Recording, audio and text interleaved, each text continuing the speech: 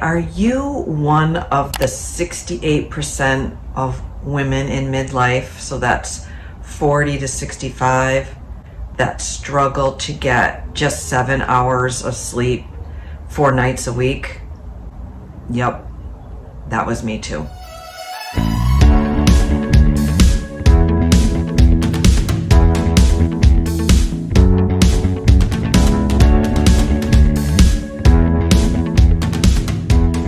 On this edition of the Midlife Mentor and Motivator, we're going to talk about sleep and why are we not sleeping all of a sudden and what can we do about it.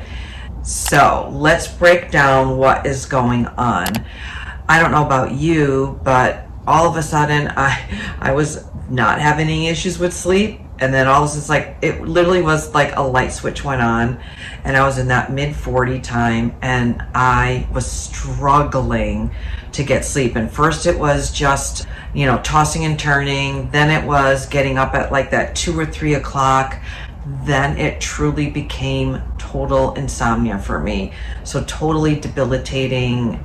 And I said, I couldn't live like this. I went to the doctors and he just wanted to prescribe an antidepressant and a really strong sleeping pill. And I did not want that for myself. I was a mother of 3 at the time, and I said, I can't be drugged up, and I just didn't want that in my body. And he never even mentioned the word perimenopause or anything to me. I also went to my OBGYN, and they just kind of slugged me off and just said, yeah, it's just part of what's going on and you need to relax more. And it just doesn't work. So for women in midlife, we do, because of our hormone imbalance, the loss of estrogen, we get sleep disturbances. Almost 70% of us do. And it could be where it really affects your productivity at work. It could be affecting your relationships. I know I got super cranky and irritable and impatient, and I didn't even like myself. And you may find that you have even more brain fog or memory loss more than you do because of the symptoms of perimenopause and menopause. So I want to give you some real tips that you can take away from this and that you can put in place for yourself. For first, it's just your environment. So I did a lot of research on this after I was suffering from this, and I was bound and determined to find out what was going on in my body and how maybe I could set myself up naturally and more holistically. So first, it was my environment. I needed to make sure that I had a good pillow. I'm one of those people, though, who has multiple pillows. I bought myself cooling sheets. I made sure I removed the TV that I did have in my bedroom at the time and really eliminated any blue light. I didn't realize that even just a digital clock in your bedroom emits a blue light that can interrupt your sleep. I already knew that I liked to sleep when it was cool, so I really made sure like that, 1 hour before I went to bed, even in the winter, the temperature went down so that it was really cool in the bedroom. Making sure that you have a good firm mattress or whatever mattress that works for you. Sometimes we do have to invest in that because our sleep is really important. Make sure your sheets and stuff are freshly washed and smell good. Something that you can do that I did is I made a spray bottle of lavender doTERRA essential oil. I put it in a spray bottle with distilled water, and I actually sprayed that on my pillow. That also was helpful for me. So that environment, some people will put extra plants in their bedroom because the oxygen helps take up, like at night we're emitting a lot of CO2, and the plants actually absorb some of that and put more oxygen in the air, which actually also helps us sleep. So I thought that was kind of a neat thing. So your environment, sometimes it's the color of your room. Is it really cluttered?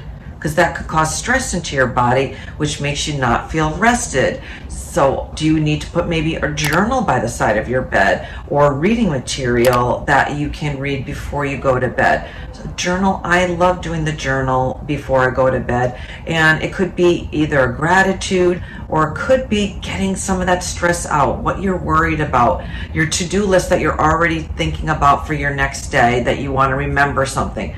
Jot it down. But also it could be just giving back to yourself at the end of the day what went well. It's a great way to end your night so that you are putting yourself to sleep in that great state.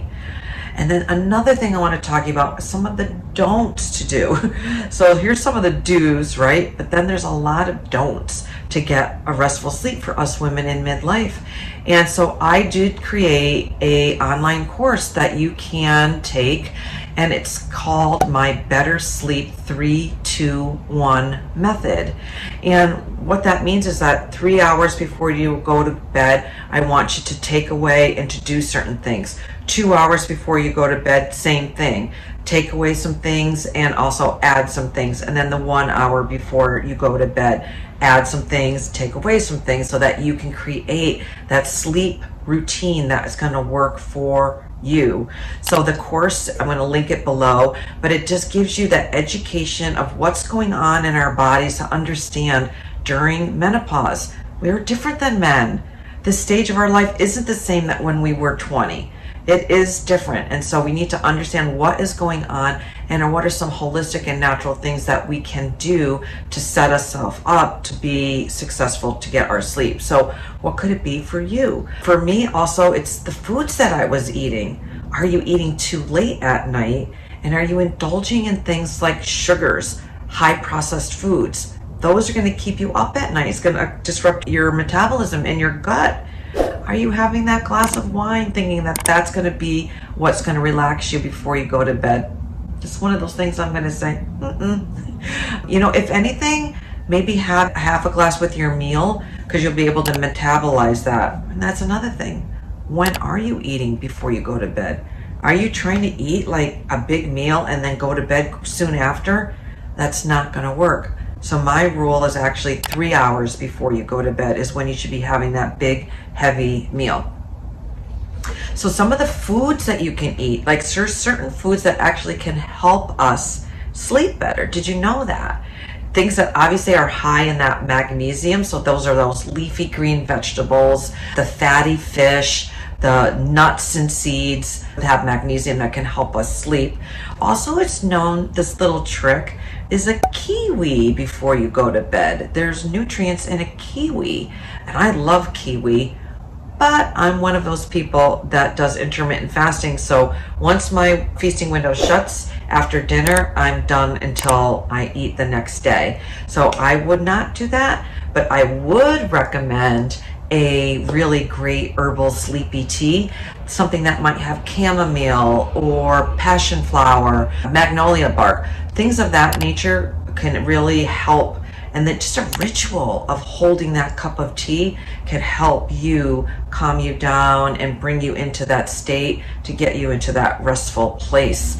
So think about those sleepy teas, but don't add the ton of sugar. So I will say either a monk fruit, allulose, or a stevia, an organic one, if you can get that, would be best. And versus, adding like 3 tablespoons of sugar or even agave or honey. All of that has sugar that actually can have you stay up at night. So try having that, or just have it with nothing. A lot of these herbal teas are just so great flavored that they don't need any sweetener with it, and you can really get used to that. And then sticking to that same time that you go to bed. Are you one of those people that kind of gets involved in Netflix and then all of a sudden you realize it's like 11:30 and you're still up and you really should have been in bed at 9:30, and then the next day maybe you're going to bed not late and then you're going back and forth, back and forth? That also could be disrupting your sleep. This is another tip, is getting up around the same time and making sure you get that first morning sunlight in your eyes. It sets your circadian rhythm for the day and helps tell your body of when it should be producing the melatonin and when it's not going to be producing the melatonin. Even on a cloudy day, you can look outside and see the sunshine in your eyes, not with sunglasses, like just really seeing the sun. Even by a window, you can still have that effect. So are you going to put some of these practices in place so that you can be rested, vibrant, sexy, ready to take on your career and be productive? I want you to have that too. So take advantage of the course I created. It will get you, has 4 modules, easy, easy, easy. You can binge it in one night if you had to, and put those things in place to find your sleep recipe, what's going to work for you, in your life, in your schedule, in the foods that you like, and setting that up. What do you need to do and what do you need to don't do so that you can get yourself sleeping tonight? So the link for that will be in the show notes, and I hope this was helpful to you. Just some quick tips to get you started thinking about your environment, thinking about the food, thinking about what is your nighttime routine. But in that sleep course, definitely dives in deeper to give you the exact tools, the recipes for essential oils, a good tea, foods, things that you can put in place, a journal that you can start keeping track of, so that if you do need to bring this to your healthcare provider, you can talk to them about what you've tried, what you haven't tried, what seems to be working, and where you might be struggling a little bit more.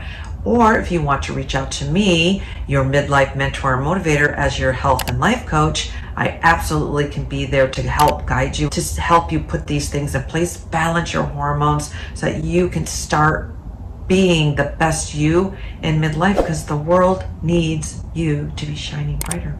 So my heart to you, as always, Carrie Burrows from KP Consulting, and let me know what you think.